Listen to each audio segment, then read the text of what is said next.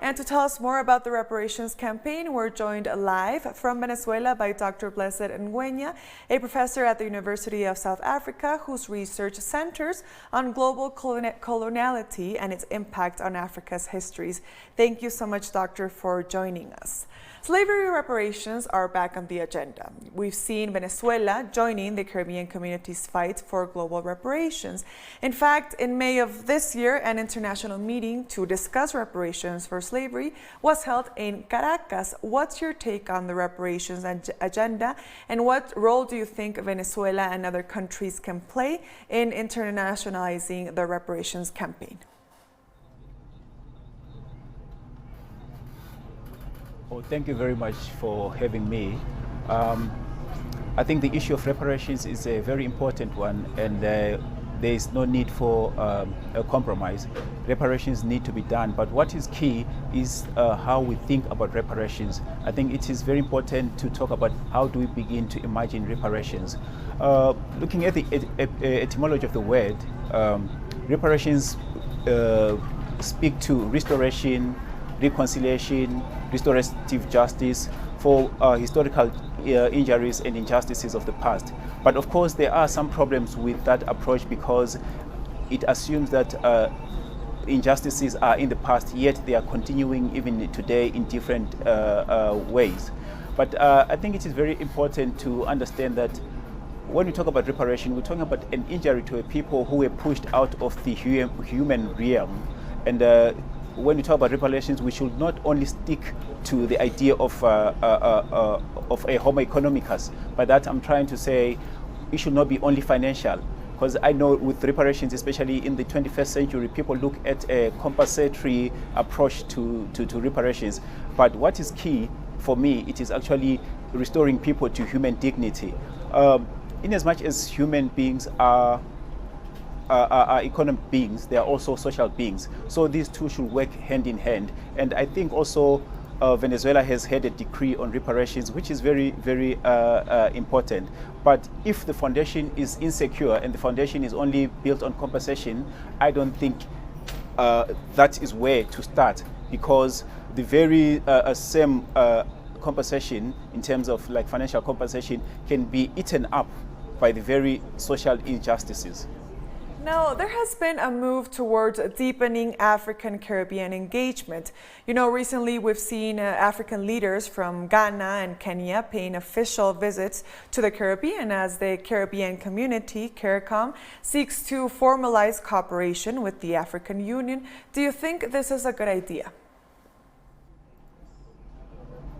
Yes, it is a very great idea, because I think in this present age where we see a present imperialist assault on the global south, there's a need for solidarity, and this solidarity should cut across not only the issue of reparations, but it should also cut across other spheres of life, culturally, financially, also perhaps in terms of justice. But most importantly, I think it should be at the epistemic level, be the way we begin to think about things, the way we begin to produce knowledge, and then the way we understand where we are coming from as a people, particularly people in the global south who have been peripherized, who have been marginalized.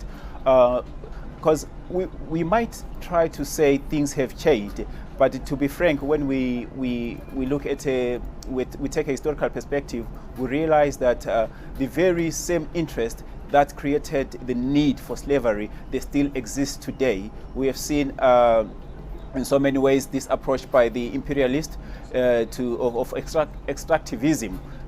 It started with extracting people. Today we know the extracting of resources such as minerals, such as oil, and some other countries are even under sanctions because of the resources they have, because they don't want to allow the imperialists to continue with their extractivist approach. So it is very important to have a global south solidarity across many spheres of engagement and life.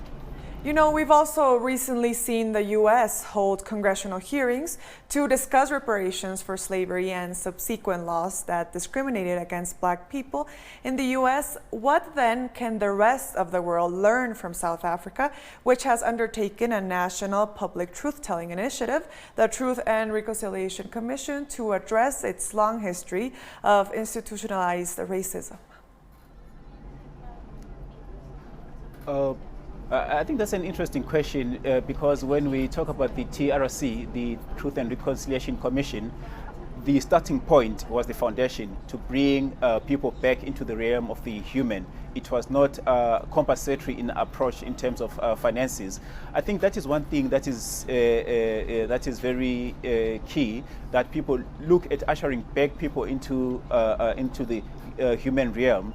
As I pointed out earlier on, that the same finances, if the foundation is not really built on human dignity, it will just go back to square one. In that, I'm trying to say the vulgarity of throwing money at people that have been injured should cease, because people cannot exist in at the benevolence of their oppressors. So I think with its successes and perhaps failures, there's a lot to be learned from the TRC in South Africa. Now, much as in the case of slavery, apartheid has left a legacy of discrimination in South Africa. What are some of these lingering effects, and is enough being done to address these concerns? I'm thinking there's something that is being driven particularly by the student community in South Africa, which is infiltrating into universities in terms of curriculum, in terms of changing institutional form with regards to universities, and also intellectual content. That is decolonization.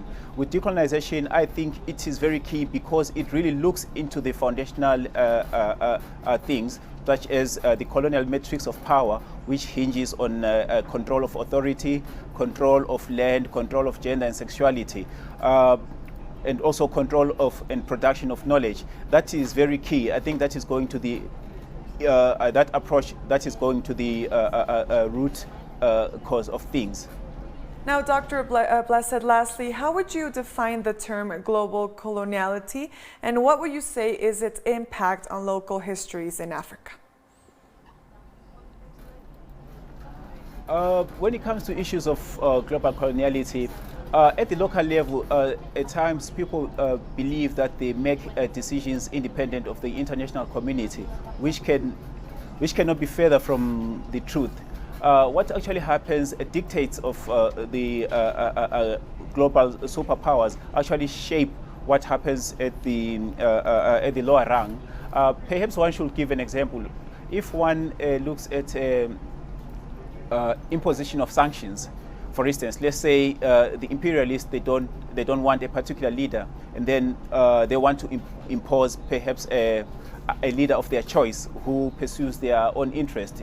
What they can actually do is maybe create some fictitious scarcity of commodities, or let alone maybe impose criminal sanctions. In the end, that directly impacts on the people. Like, for instance, let's say in hospitals there could be no medicines, perhaps spare parts, and so many things.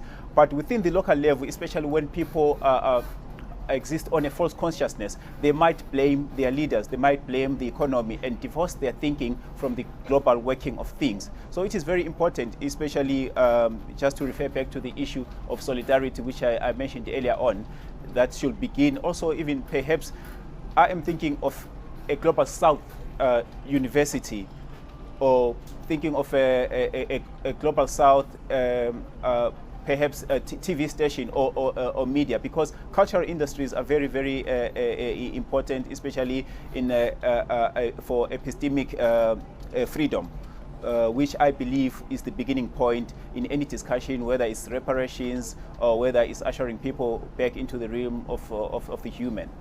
Dr. Blessed, we thank you so much for your time for teleSUR English, and we hope to speak to you again soon.